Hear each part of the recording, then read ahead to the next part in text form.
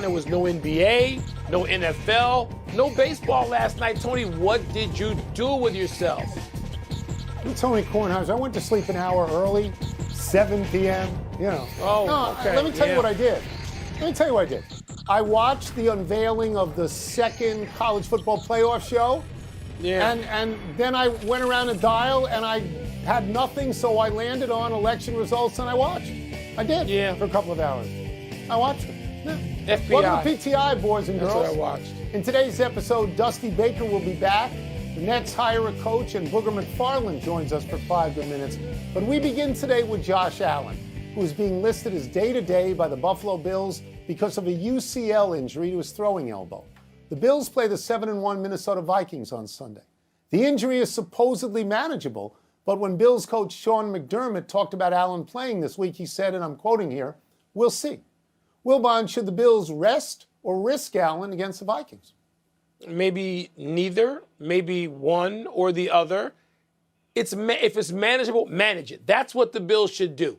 That's all they should worry about, managing it. If that means day to day, if that means hour to hour, as you lead up to that football game on Sunday, then that's it. There's no prescription. There's no, sort of secret decision. Let's go in and come out and let's announce this on Friday. All that stuff is stupid. Manage the situation based on what your experts are telling you, based on what Josh Allen is feeling, based on what his personal consultants, Tony, the famous athletes, and I would think every top-line quarterback, they all have their own medical teams. So your medical team is going to consult with their medical team, and you're going to manage it as best you can. That's the only answer. So my inclination is to rest him, to at least give him 1 week to see what happens. But as you're suggesting, if a doctor says, doesn't matter if he rests or not, then maybe I would play him. I mean, look, he had this same injury in 2018 when he was a rookie to his elbow on his throwing hand. And at that point, he was out for 4 weeks. So I think we're looking at 3 to 4 weeks. And I would put it another way. If this were Jacob deGrom, and he got the same thing this year that he had last year and the year before that, he'd go on the IL. The Mets would not pitch him in a midseason game. They wouldn't do it. The Bills hurt themselves by losing to the Jets. They brought a lot of teams into play now, like Kansas City, and Miami, and Baltimore, maybe even Cincinnati. They want to get home field for the playoffs. Josh Allen can give them that. But more important than that, Mike, is Josh Allen has to play in the playoffs. He has to be out there, I would not do anything that puts that in jeopardy. And so we're back to the only answer that actually matters. Manage it. You've got to manage it. You've got to listen. You've got to, have the smartest people that you have in that area, medicine, researching, right? Due diligence like no other. This is your quarterback. This is the most important asset a franchise has physically. Yes. So Absolutely. Manage it. They manage got it. You don't let anybody push you into anything. Yeah. I think Case Keenum's pretty good. All right, hold on a second. Let me just talk about Keenum for a second. All right. He's pretty good. He's got that pass to Stephon Diggs that got Minnesota when he played at Minnesota into the NFC Championship game. And he's got Stephon Diggs on Buffalo, right? He's got him. So we'll see. Yeah, yes. And Tony, that goes into your equation on managing it. Who's my backup? Yes. What could he do? All that is managing the situation. Yep. Speaking of managing, Dusty Baker will be back with the Astros next season. The champs and their manager today announced a 1-year extension. No news yet on general manager James Click, whose contract, like Baker's previous one, expired during the World Series. Tone, is Astros owner Jim Crane doing enough for the people who led his organization to a World Series title? Is he doing enough? Is he doing enough for the manager and the general manager who put them in 2 straight World Series and won this one? Are you kidding me? No, it's of course it's not enough. I mean, you don't give them 1-year contracts. What you do with Dusty Baker is 73. I understand that age. He may want to just go year to year.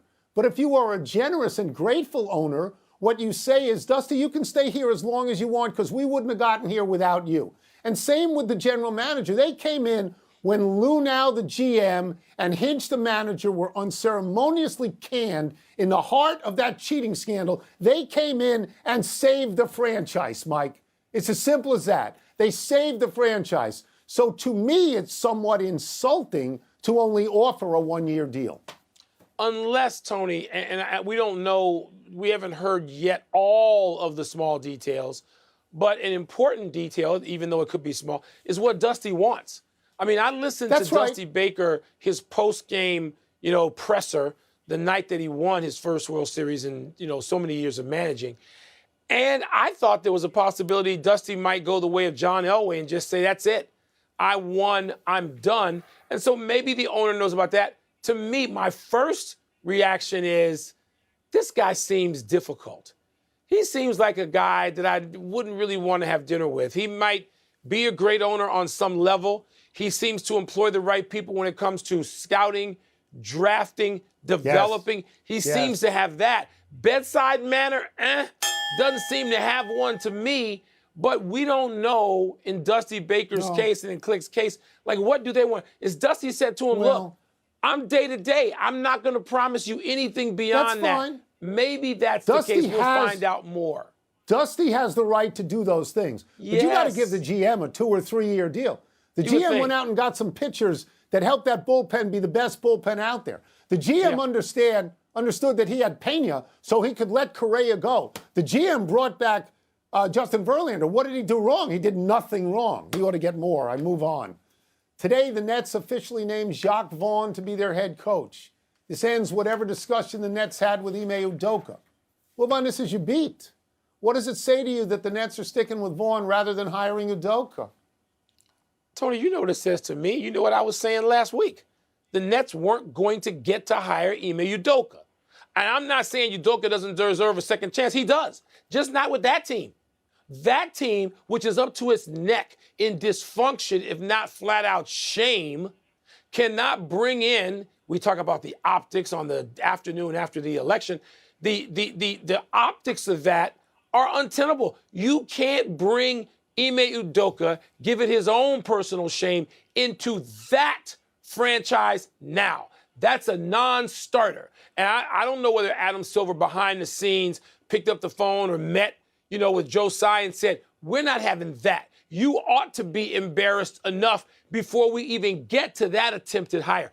We're not having that. Tony, I thought about what would happen if the late, great commissioner David Stern had been in the office when the Nets tried to pull this.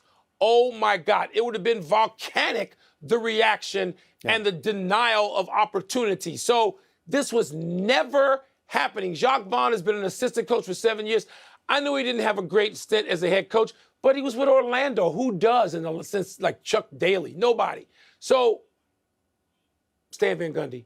So, no, you put him in, you put Jacque Vaughn in, and there's some stability in a place where they haven't had stability in years. I agree completely about Udoka. I believe until that entire situation is totally vetted with his conduct in Boston, he can't coach in the NBA. And I think somebody in the NBA told the Nets that and said, just stop this.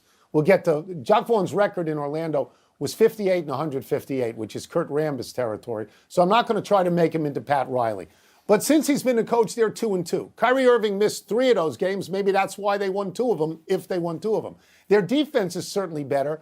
I was told today that when Kyrie Irving was out on the floor, the Nets had the worst defense in the NBA, dead last. And in the 3 games he's missed, they're tied for second best. That ought to tell you something. 2-1 in those games. We all think that the Lakers are a soap opera, because they are a soap opera. This place is worse. There's no chain of command here whatsoever. Kyrie Irving and Kevin Durant do whatever they want. They pay attention to nothing. You have a GM, Sean Marks, gets out there and talks like a carnival barker. Nobody listens to him. They got Kyrie Irving and Kevin Durant and Ben Simmons are mini-series unto themselves. They are. Yeah. Let's take a break. Coming up, some Colts players were reportedly irate with the coaching change. We will ask Booger McFarland how he would have felt about it. We'll also ask him about Bill Belichick's concerns that opposing defenses know what's coming. We got them on our air tonight, Mike, so I'm going to be in Barclays on the floor, the Nets and the Knicks. I'm sure. Talk about a game I don't care about. I'm sure you agree with me. I'm sure you agree. Let's get back into the NFL with our great friend who never has a wrinkle on his golf shirts. And today's golf shirt is a Ronamink, another great Philly course, from NFL Primetime and Monday Night Countdown, Mr. Booger McFarland, the envy of all with those golf shirts. Well, actually, the shirts mean nothing. He actually plays the courses. Let's start with this. Our pal Jason La Canfora reported today, Booger, that many veteran Colts were irate when told about the coaching change from Frank Reich to Jeff Saturday. You played with Jeff Saturday, but how would you feel about your new coach having never coached above high school and now coaching in the NFL? It would really bother me. The first question I would ask is, what the hell is he going to teach me? And like, if he's never coached on this level, how can he explain to me what I need to be doing? But I think being a professional, Tony, I think I would walk in that first team meeting and I would sit down and I would listen and I would just want to know what he had to say and how he was going to say it. Because as I said, I'm a professional. I'm being paid to do a job. And I owe that to the organization to listen to what he had to say. And now, as far as me knowing Jeff, I know him personally. I played with Jeff up in Indy. We won a Super Bowl championship. I think Jeff is going to give this his best. I think it's a very, very tough situation that Jeff has put in, especially when you have coaches that have coached at this level who are now going to be beneath him in John Fox and Gus Bradley. It's a tough situation, but it's one that Mr. Irsay leaned on a relationship with Jeff Saturday. He leaned on knowing Jeff Saturday in the organization. And I just hope that the players will give him a chance, because I know if I were in there, my first reaction would be, what the hell? But then I would have to sit back and be like, okay, let me see what he has to say and see if he can make me better. Because if he can, then I'll listen. If he can't, then I'm going to tune him out. The saucy issue of the week, no doubt about that, Booger. We will move to other stuff, though.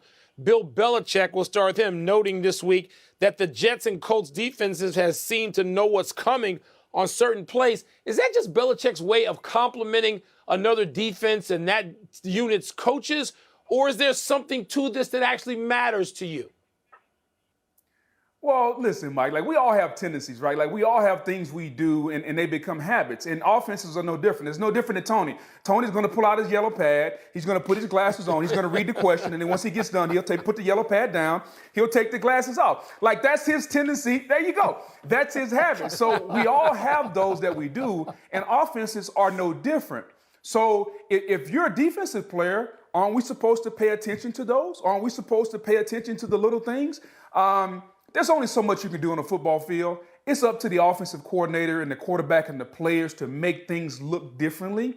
But at some point, it's about man on man. Like you got to block me, you got to beat me and win your individual battle. So yeah, we know what's going on sometimes, but as we like to say, you know it's coming, but can you stop it? Yeah. Well, the Jets and Dolphins have had some stretches where nobody could stop it. Now they both seem to be contenders, Booger. Between those two, what you've seen so far, who do you like better, Jets or Dolphins? Wow, that's a tough one because the Jets are winning and their defense is outstanding. I think they have the better defense, but I would probably lean toward Miami. Like that offense is so explosive with Tyreek and Waddle and Gesicki and Tua being a really, really good ball distributor. And they kind of upped their defense a little bit when they traded for Bradley Chubb, so they don't have to be so aggressive right now. You got two teams that are playing really, really well, and I'm really intrigued by Coach Robert Saleh and what he's doing in New York. But if you're going to win in the AFC, that means you got to deal with Kansas City. You got to deal with Buffalo. That means you got to score. So which one of those teams do I think can score with Buffalo and Kansas City? It's got to be Miami, right, with Tua and Tyreek and Waddle. So I would probably lean toward the Dolphins. We will get you out of here on this, and it's my great pleasure to ask this question because it has nothing to do with the NFL, and it has to do with where you went to college. Because you played at LSU, you were great at LSU. You know, go Tigers, as we like to say. How did you feel when you saw LSU beat Alabama on the weekend? Huh? You know, Tony, it's one of those things, it's pride. Like, if you cut me open, man, I bleed purple and gold. And there's nothing, like, we can go make all the money we want. We can go around the world. But it's something about your school playing on a Saturday night, playing that school, right? Because we know the history between LSU and Alabama, and there's no team, and I mean no team, I'd rather beat than Alabama because they're good, because of the history, because of the rivalry, and because who doesn't like to beat Nick Saban? So yeah, when we scored that last touchdown, and then BK's got to make that decision to go for two, I stood up and I screamed because hot boudin, cold couscous, Come on, Tigers. Let's push, baby. That's all we do. That's what we do in Baton Rouge. Because when I grew up, listen, it was LSU and then it was the Saints. That's how it was when I grew up. And something tells me that we're headed back that way now. Booger, what a pleasure to That's always great. have you on. That's Thanks just so very awesome, much. Booger. Thanks, man. Appreciate it. Anytime, fellas. Let's take one last break. Still to come, a big win for Patrick Ewing in Georgetown. Patrick Ewing. Tiger announces when he'll be back on the course. I know where that'll be. So It's a tease. So almost everybody who does football analysis at ESPN seems to have played at LSU. Almost everybody. And their 91st birthday, Whitey Herzog, the White Rat. Actual first name, Doral. Actual middle names, Norman Elvert. Whitey Herzog, so much cooler than Doral Norman Elvert Herzog. Whitey was a colorful manager in an era of colorful managers like Earl Weaver, Tommy Lasorda, Sparky Anderson. Herzog played 8 years in the bigs for 4 different American League teams, batting .257 as a part-time player. But Herzog's destiny was managing, which began in Texas in 1973. Then to the Angels, then the Kansas City Royals, and then Herzog hit pay dirt with the St. Louis Cardinals, where he got the 3 World Series and won in 1982, beating Milwaukee, which was then an American League team. Herzog's in the Hall of Fame. Yeah, he won that one, Tony, but he was in the big action all the time. His team seemed to max out more than not, and it was easy as a Cub fan to hate because they were really good and really smart and really tough, and they took on Whitey Herzog's personality. Happy anniversary, LSU. On this day 20 years ago, Kentucky was leading LSU 30-27 with just 2 seconds left. The Kentucky players had already doused their coach, Guy Morris, with Gatorade, celebrating their certain upset over Nick Saban's defending SEC champs. But on the final snap, LSU quarterback Marcus Randall threw a Hail Mary into the arms of Devery Henderson, who took it for a 74-yard touchdown and a 33-30 win. Go Tigers! Kentucky fans who were tearing down the goalposts must have felt like dopes. In the last 20 years, Saban, Les Miles, and Ed Orgeron have all won national championships at LSU. That's why BK went there, because you can win there. Kentucky, no. LSU, yes. Well, Kentucky can win at basketball and LSU not so much. So there are different things you can specialize in. That ending it's not Stanford band quality, but it's up there. That more people should talk about that ending. It's a very cool thing. I'm glad we're commemorating the anniversary. Happy trails to Georgetown's 21-game losing streak. Georgetown Hoyas got their first win in 328 days last night. But they had to go into overtime to beat Coppin State, whose Mike Hood hit a 3 at the buzzer to force the OT. Georgetown dominated the overtime to win 99-89. This was a matchup of coaches who were legendary college players in the D.C. area. Patrick Ewing, coaching his alma mater, Georgetown, and Maryland great Juan Dixon, coaching Coppin State. Georgetown didn't win any games in 2022. The Hoyas' last win was over Howard on December 15, 2021. Their last Big East win was March 2nd, 2021. A win is a win, but a Big East team probably shouldn't need overtime to beat a MEAC team. You wouldn't think so, Tony. I know it's been a struggle, but you know how I root for Patrick Ewing and have known him since he was 18 years old. And I root for Juan Dixon, too. Hey, they weren't just, known quantities and stars at their respective schools. They won national championships and led the way for Georgetown and Maryland, respectively. That's right. Omissions, the Rams have placed Matthew Stafford in concussion protocol, and the Cardinals list Kyler Murray as having a hamstring injury. Let's go to the big finish if we could. Let's do it. Okay. Tiger Woods announced that he will play in the Hero World Challenge starting December 1st. Your reaction? What's his event? We expect him to play his event. It'll be cool to see him tee it up one more time this year. The Devils have won 7 straight. The Blues have lost 8 straight. Which is more significant? I would say the Devils. I would say that winning is more significant than losing. Number 14, Ohio State beat number 5, Tennessee, in a women's college hoops opener. Are you surprised by that? No. This wasn't, like we talked about in the other story, a MEAC team or an unranked team or some also ranked. Ohio State's good. 12 days until the U.S. Men's World Cup opener. You getting excited? How many days? Come on. How many? Last one. Come on. Knicks, Nets, Lakers, Clippers tonight. You're there. What's the more intriguing game? Well, since LeBron plans to play the second game of our doubleheader, I'll go with the Clippers, Tony. And without Kawhi, they've been playing really well. They beat Cleveland the other night, stopped their 8-game winning streak. I'll be in Barclays, but I'm looking more forward to the late game. I hope everybody comes and says hello to you. We're out of time. I hope so, We'll too. try and do better the next time. Steve, Anita, and Marilyn, welcome. Good to see you. I'm Mike Wilbon. Same time tomorrow, Knuckleheads. Check out NBA Countdown live from the floor of Barclays in Brooklyn at 7 Eastern. And now, here's sports.